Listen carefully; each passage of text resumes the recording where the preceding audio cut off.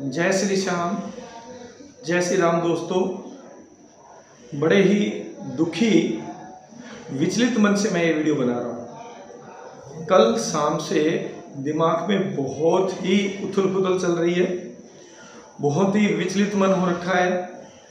कल शाम को एक पोस्ट फेसबुक पर मैंने पढ़ी। मेरे एक बहुत ही क्लोज छोटे भाई राजेश यादव, जो कि हमारे यहीं से बिलोंग करते हैं, मैं दिल्ली नामली में रहता हूं, तो अपने छोटे भाई हैं।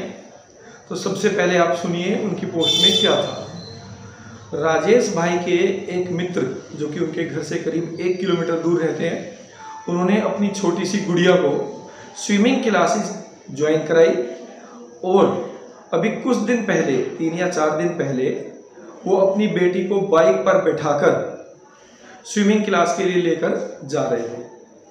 रास्ते में हमारे यहाँ पर दोस्तों एक जगह पड़ती है GH14 पश्चिम विहार, ठीक है, आप लोगों ने शायद नाम सुना होगा।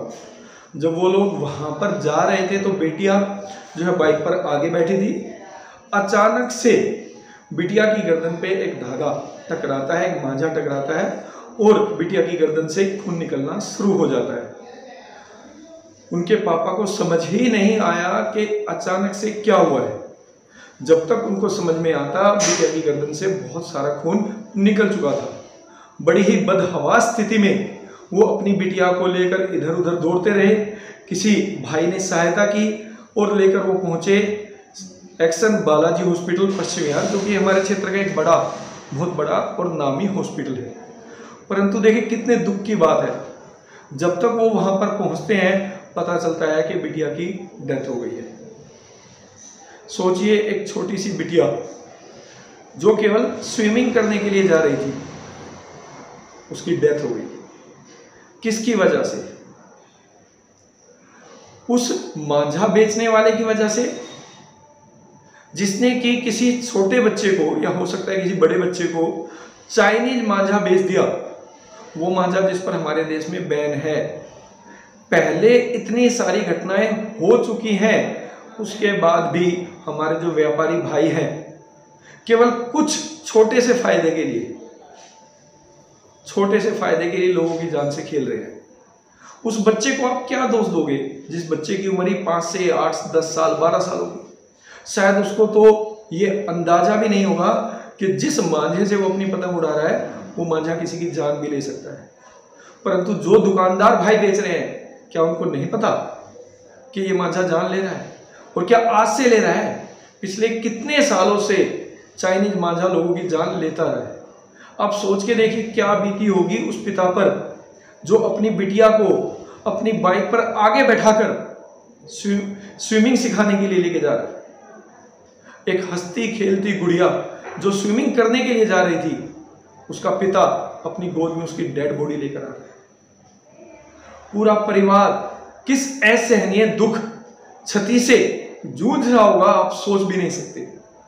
जब से ये बात मुझे पता चली, मैंने फेसबुक पे भाई की पोस्ट पढ़ी, उसके बाद बात हुई हमारी, तब से मन इतना व्यथित है, समझ ही नहीं आ रहा किसकी कमी निकाले।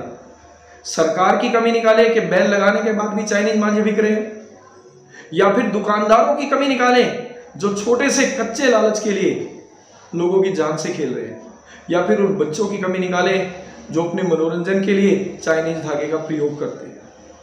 आप सभी से निवेदन है, देखिए अब हमारे यहाँ 15 अगस्त आ रहा है और आप सबको पता है कि दिल्ली में 15 अगस्त का त्यौहार मतलब पतंगे उड़ाना। अगर ये पतंगे किसी की जान ले रही हैं, आपके पास चाइनीज धागे के अलावा कोई धागा ही नहीं है, मांझे के अलावा कोई मांझा ही नहीं है, तो मत उड़ाइएगा पतंग। आपको कोई हक नहीं किसी दुकानदार भाई को, किसी बच्चे को, किसी की जान लेने का। क्या किसने अधिकार दिया आपको? एक छोटी सी बच्ची जिसने अभी कुछ देखा भी नहीं है, उसकी जान लेने का? केवल आपके छोटे से लालच ने, छोटे से मुनाफे ने एक छोटी सी हंसती खेलती बच्ची की जान ले ली।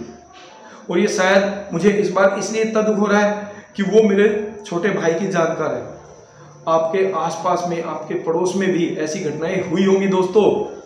फिर क्यों नहीं आप आवाज उठाते हैं? मिलकर आवाज उठाओ, उन दुकानदारों के अगेंस्ट कार्रवाई कराओ जो इस तरीके का चाइनीज धागा बेचते हैं। खुद दुकानदार भाइयों को आगे आकर इस तरीके का स्टेप उठाना चाहिए कि वो चाइनीज धागा ना बेचें। रिक्वेस्ट है आप लोगों से, अपने छोटे से लालच के चक्कर में किसी के परिवार को बर्बाद मत करो, किसी के हंसते खेलते परिवार, हंसते खेलते बच्चे की जान मत लो। 15 अगस्त आ रहा है, आप लोगों से रिक्वेस्ट है, आप लोग चाइनीज धागे का प्रयोग ना करें। दुकानदार भाई चाइनीज धागा मांझा ना बेचें। हाथ जोड़ के रिक्वेस्ट है, किसी के परिवार को बर्बाद ना करें। जय श्री श्याम।